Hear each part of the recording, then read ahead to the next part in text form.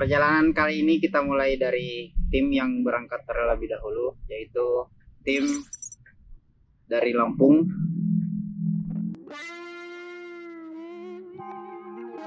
Dari Bandung kita berangkat subuh menuju Pelabuhan Merak, dan dari Pelabuhan Merak ke Pelabuhan Bikahuni itu memakan waktu sekitar 5 jam.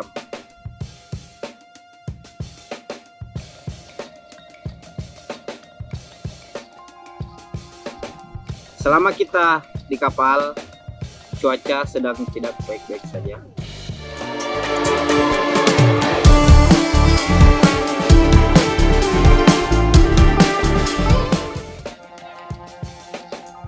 Dan tepat pada tanggal 1 Desember 2023, kita menginjakkan kaki di Pulau Sumatera, yang pertanda road trip ini dimulai.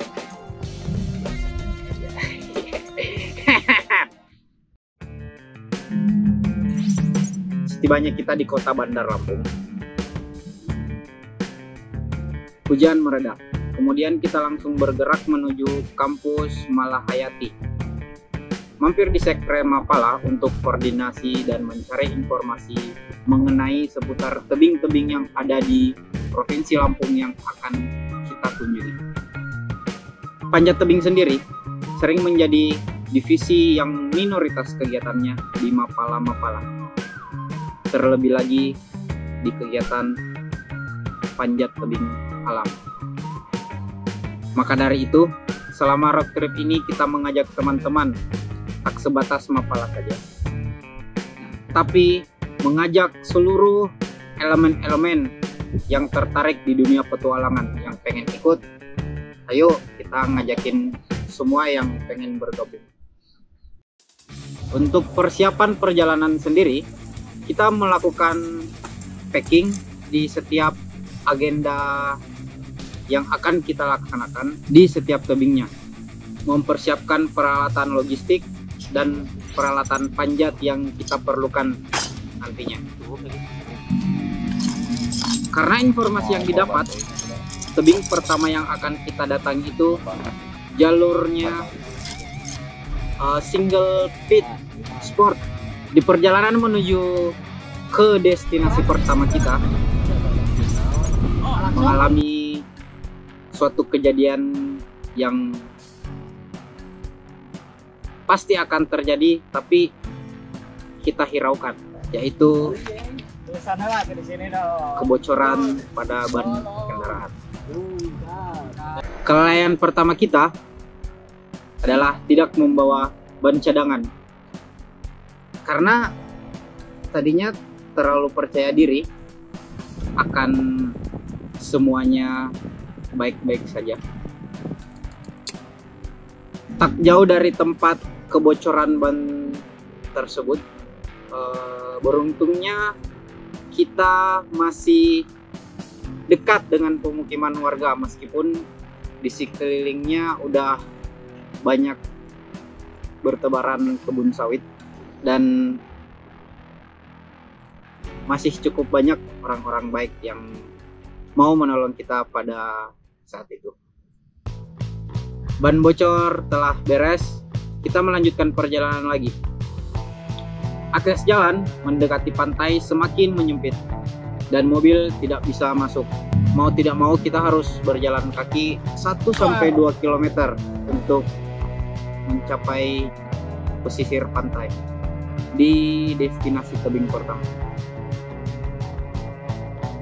Sesampainya kita di kaki tebing pantai terjun, dahulunya ini memiliki via ferata, namun tidak dilanjutkan dikarenakan kondisi batuan yang sangat tidak memungkinkan untuk dilakukannya pembuatan via ferata. Jalur panjat yang ada di pantai terjun dulunya dibuat oleh anak-anak Mahapel Unila di tahun 2022. Saat melakukan pemanjatan, terdapat beberapa hanger yang kondisinya mulai tidak safety.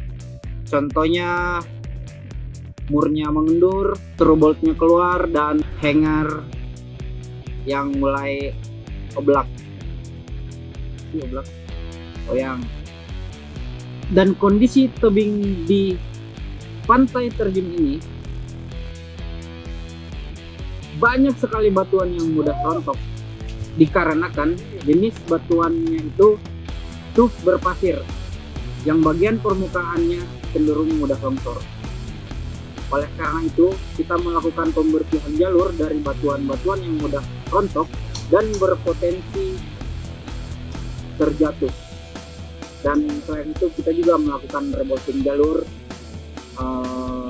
yang dimana hanger-hanger yang tadi itu tidak layak untuk digunakan lagi.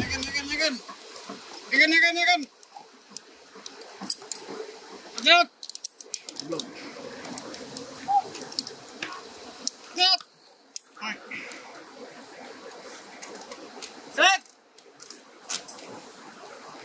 Woi, anjing.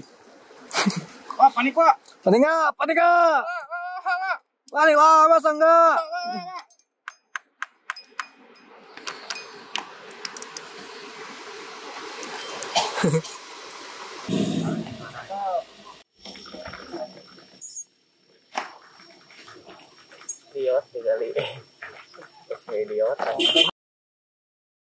Keesokan harinya, dari Sekretariat Mapala Malahayati, kita mempersiapkan kembali peralatan yang akan kita bawa untuk ke destinasi selanjutnya, yaitu tebing Margodadi. Di pagi hari, pada saat kita melakukan persiapan, tiba-tiba hujan deras mengguyur Bandar Lampung, dan mau nggak mau kita tetap melakukan packing, mempersiapkan barang-barang, dan menutup semua peralatan yang ada di atas bobrek.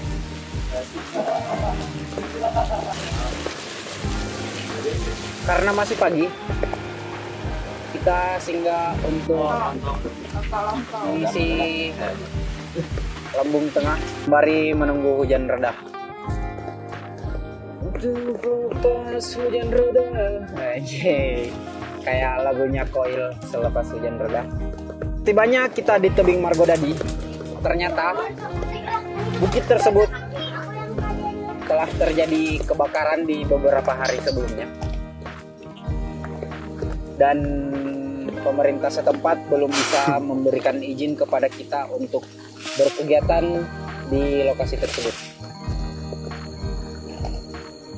Rekomendasi dari teman-teman Mapala, terdapat tebing yang berada persis di depan tebing Margodadi, masih termasuk kawasan Margodadi, tapi tebingnya berada pas di hadapan tebing Margodadi.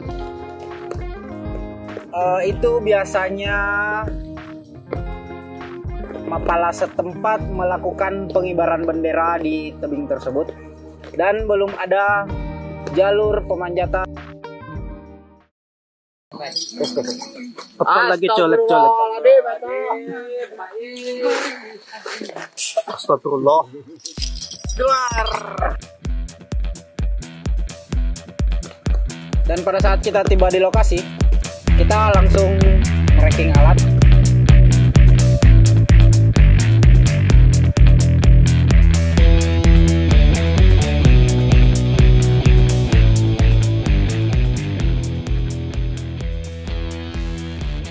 Dan beberapa dari kita membersihkan, kalau orang Makassar bilangnya ropo-ropo. Jadi ada istilah dari kita Kementerian PUPR, yaitu FAIK.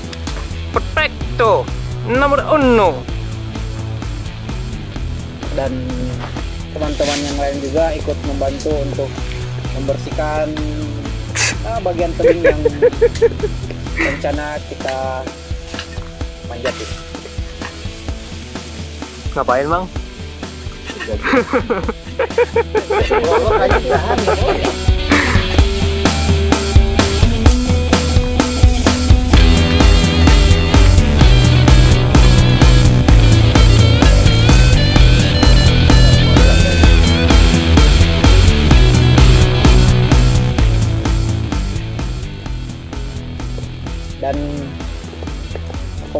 prosesnya itu memakan waktu yang cukup lama dan cukup membakar banyak kalori.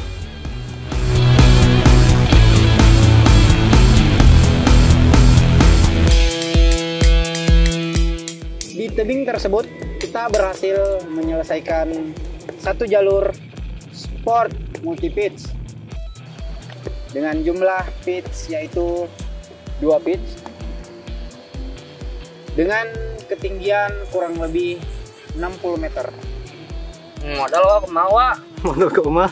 modal Terjun atau anjing langsung diantar ke rumah. modal di rumah ya gitu. Iya Wak anjing Swallow. soalnya pride atuh Mana? Swallow gerigi. kira-kira anjing kesari dan dia Swallow oke.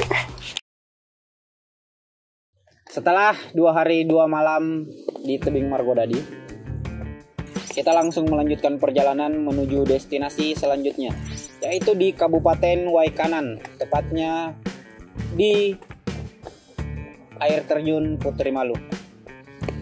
Ditemani oleh Fauzi. Dia punya kenalan yang juga domisilinya tidak jauh dari lokasi yang akan kita tuju.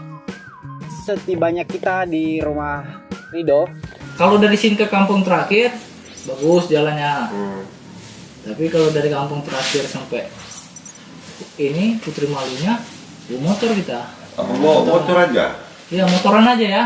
Daripada soalnya mobil nggak bisa nyampe lokasi bang. Itu juga masih 30 menit. Bawa motor nih. Iya. Iya. Tempat ngecampnya luas tapi kalau Mau ngecamp di sana. kalau rencananya mau ngecamp ya, Rencananya kita ya. kiai waring. Bawa motor aja. Kalau mobil nggak ada tempat nitip.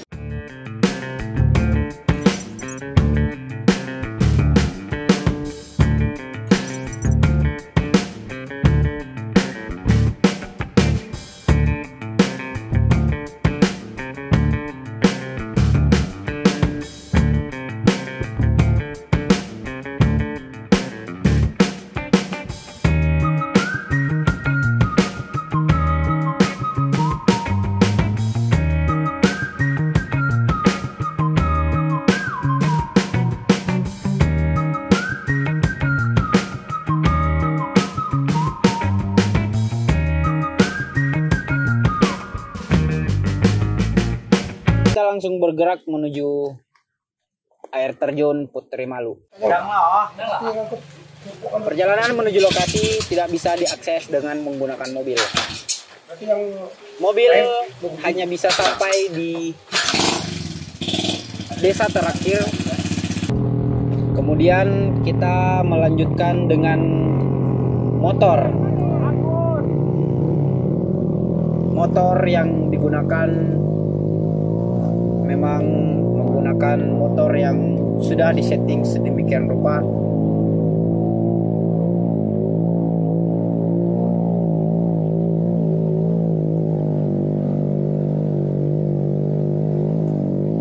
di perjalanan. Salah satu motor mengalami rantai putus.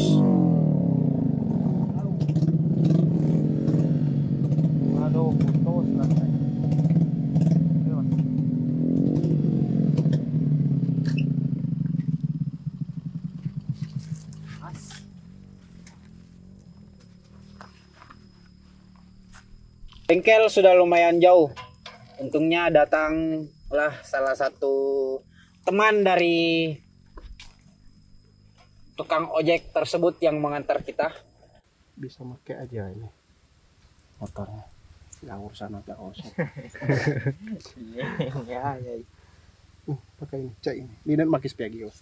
Kemudian perjalanan dilanjutkan dan kita mampir ke rumah Pak Agus. Ya, jadi Pak Agus ini merupakan ketua dari kelompok Sadar Wisata, yaitu Pak Darwis di daerah air terjun Putri Malu ini. Dari rumah beliau masih sekitar 10 menit untuk sampai ke air terjun.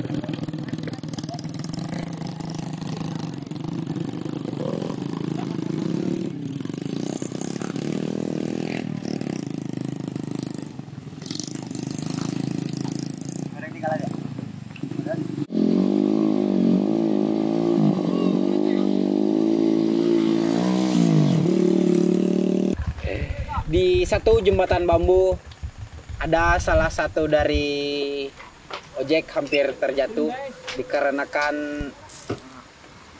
ada beberapa permukaan jembatan yang amblas kayunya. Jadi hampir jatuh.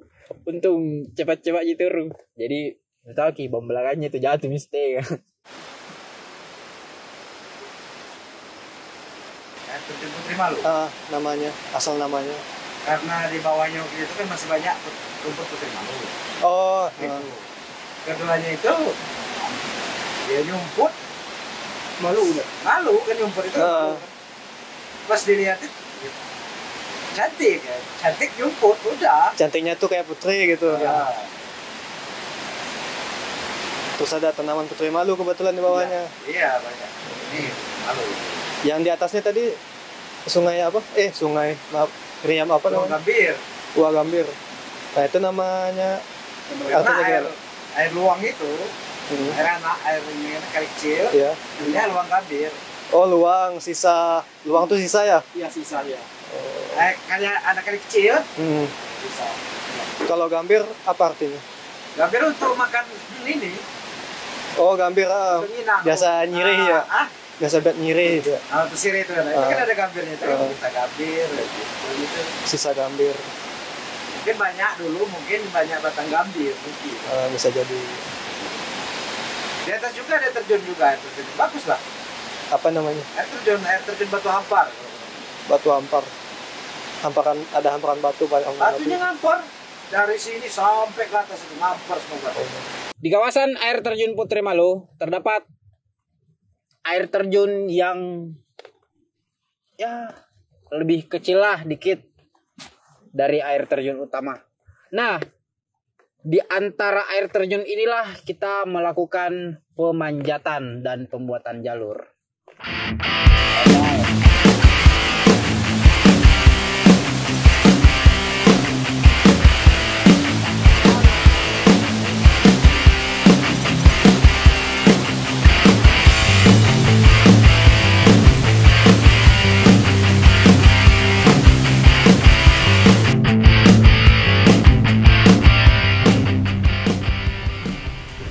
Kali ini yang akan membuat jalur yaitu Mas Anggit. Di sini Mas Anggit membuat jalur dengan epicnya memanjat akar pohon.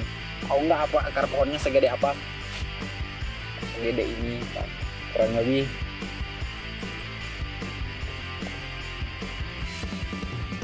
Adalah 30 mili. Hati-hati akar ini, Mas. Benar. Ya.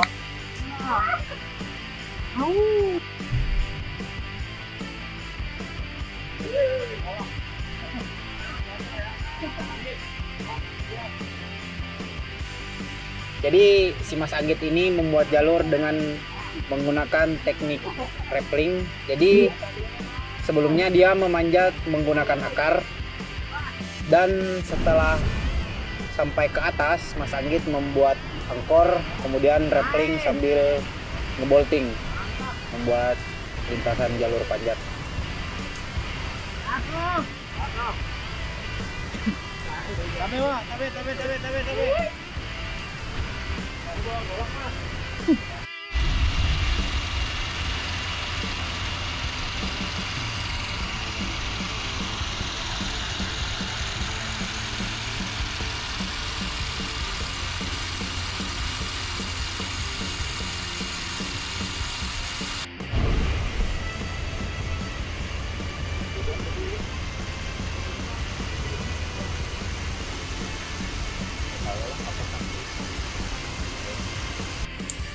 Nama jalurnya apa, Mas? Beruang. Beruang. Beruang hitam. Beruang hitam. Ini. Keesokan harinya kita melakukan pemanjatan, pengetesan jalur.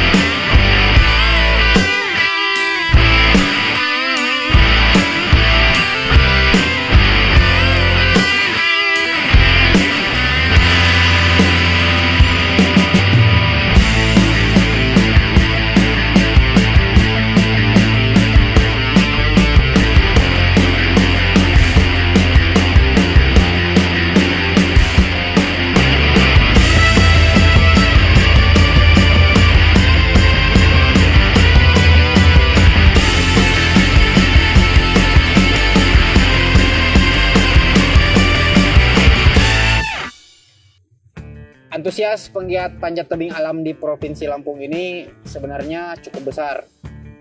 Dikarenakan saja kurangnya pemantik dan inisiator bagi anak-anak muda di Provinsi Lampung. Selain tempat yang kita kunjungi selama road trip, tentunya masih banyak lagi potensi tebing yang ada di Provinsi Lampung. Mengangkat potensi panjat tebing di Provinsi Lampung ini tidak hanya dengan kata-kata, tapi juga harus dengan tindakan dan perlakuan.